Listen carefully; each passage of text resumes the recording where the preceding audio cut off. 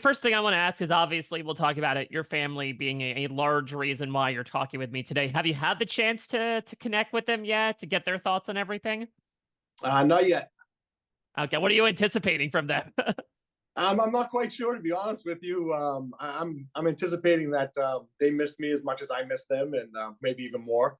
But I don't know if that's possible. Um, I just want to. I just can't wait to talk to her and see her face, and reiterate how much I love her and I missed her.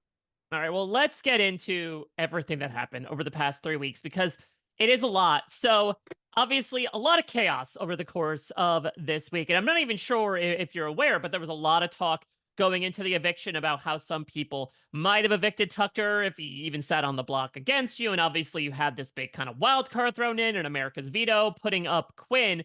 But what were some of those moments after the dust kind of settled with the AI arena? We saw you whispering something to T Core. Were you encouraging people in that moment of like, listen, third time's the charm in terms of nominations, just let me go? Um, I really didn't get an opportunity to really bond with T-Core, and Hmm. we always passed each other. And she's so kind and she's so sweet, and she was definitely one of the nicest people in the house.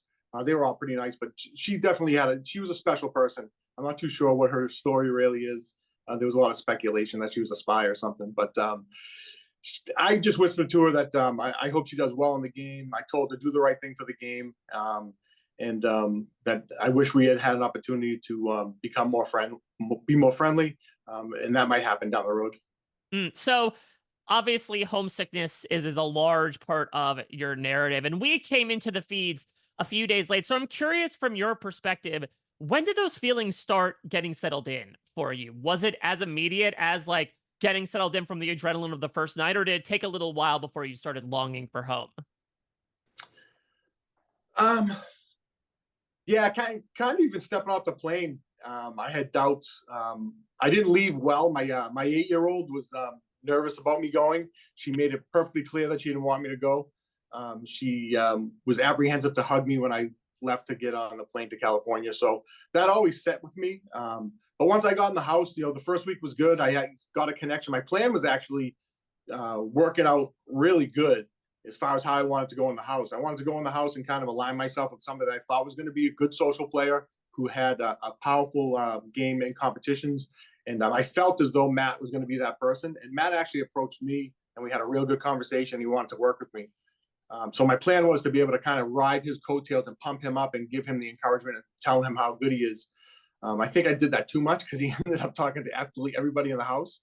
And my other plan was to try and connect with a younger player. And Cedric immediately reminded me of one of my sons, my oldest son, when he was probably that age, and it kind of like helped with that connection. And I did bond very well with Cedric. But I think after losing Matt and sitting next to him on the block and knowing that the house flipped like just as the competition was getting ready to start, that was difficult for me because I was like, oh, my plans, going so good, and now all of a sudden, one weekend and everything is I have to start from scratch. Yeah, so to that point, I mean, something that to be cards up, we sort of have looked at as fans that it did sort of seem like, to your point, when your mood was most down was when you felt most out of it, right? When you were on the outside, when you were being nominated. But then it seems like when you were doing things like winning the veto, or you got into this the Shakers alliance with Cedric and Tucker, then like your mood was great. You were back in the game. What do you make of that assessment?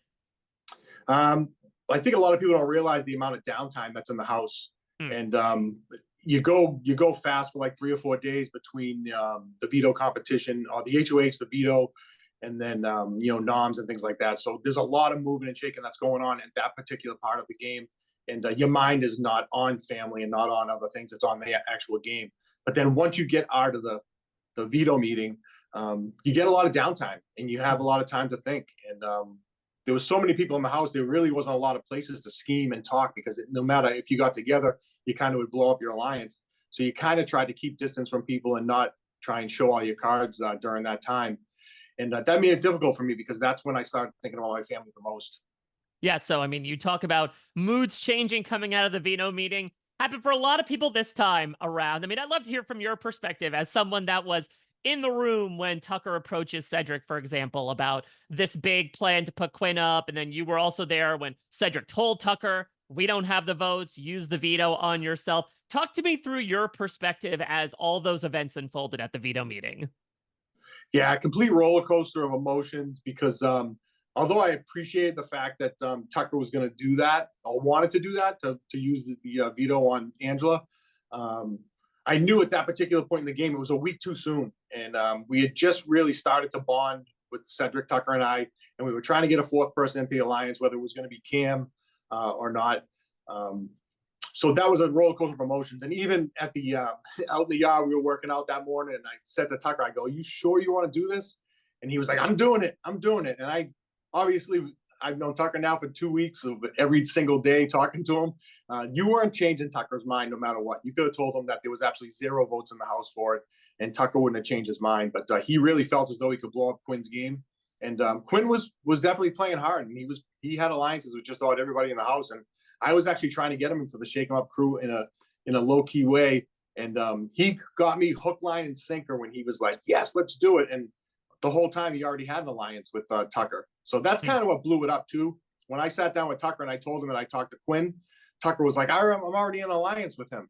I can't believe he's trying to now get an alliance with you." So that kind of like threw Tucker for a loop, and I think that kind of egged him on a little bit more and why he wanted to do what he did. Yeah, so you talk about the Shake 'em Up alliance. I mean, that was formed in part because you had this assumption that there was a women's alliance, that there was a group of women that were working together, conspiring together. You pegged Brooklyn as the head of it. She confronted you about that a few days ago. So talk to me about that assessment you made and also your response to kind of being called out on that assessment by Brooklyn.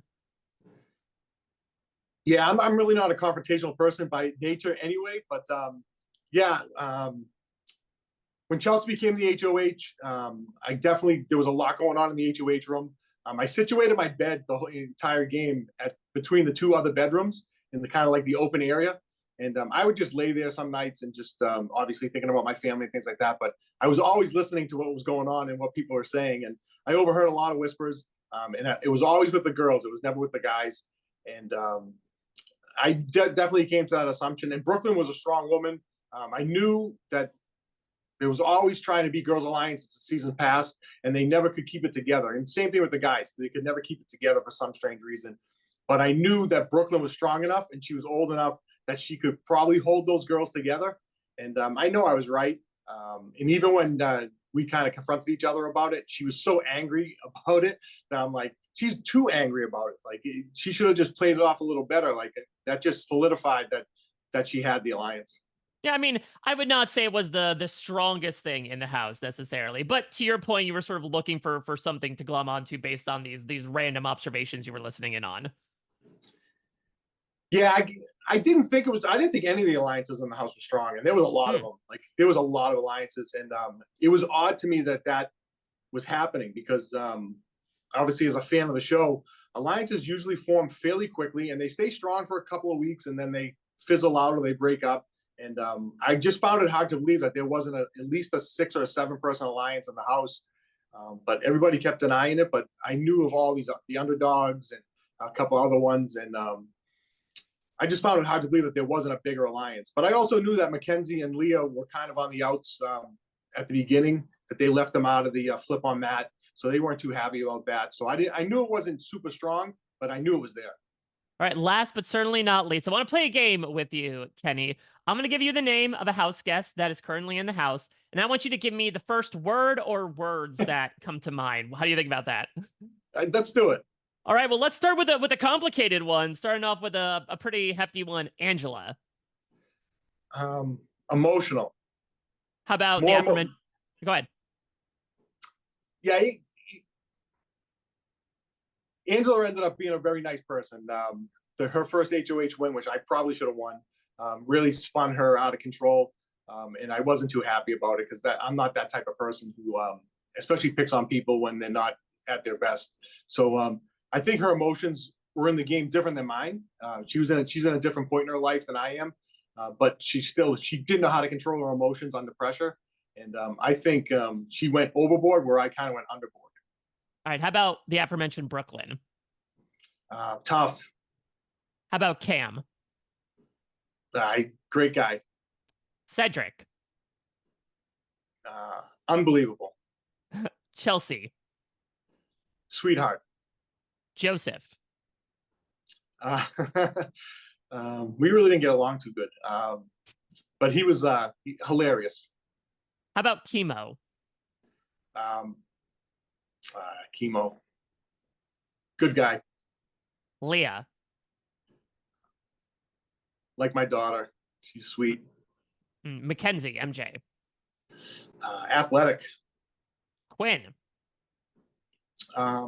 He's a beast. Rabina? Ball of fire. T-Core?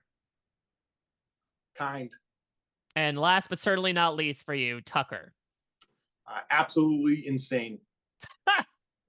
Well, Kenney, thank you so much for taking the time to talk with me. I'm glad that you're in a better headspace, and I'm excited for if and when you get to see your family and get to watch it all from outside the house. But thank you so much for opening up to me today and giving me the truth, the whole truth, and nothing but the truth in a manner of speaking. It was great talking with you, man. Thank you, Mike. I appreciate you being a fan.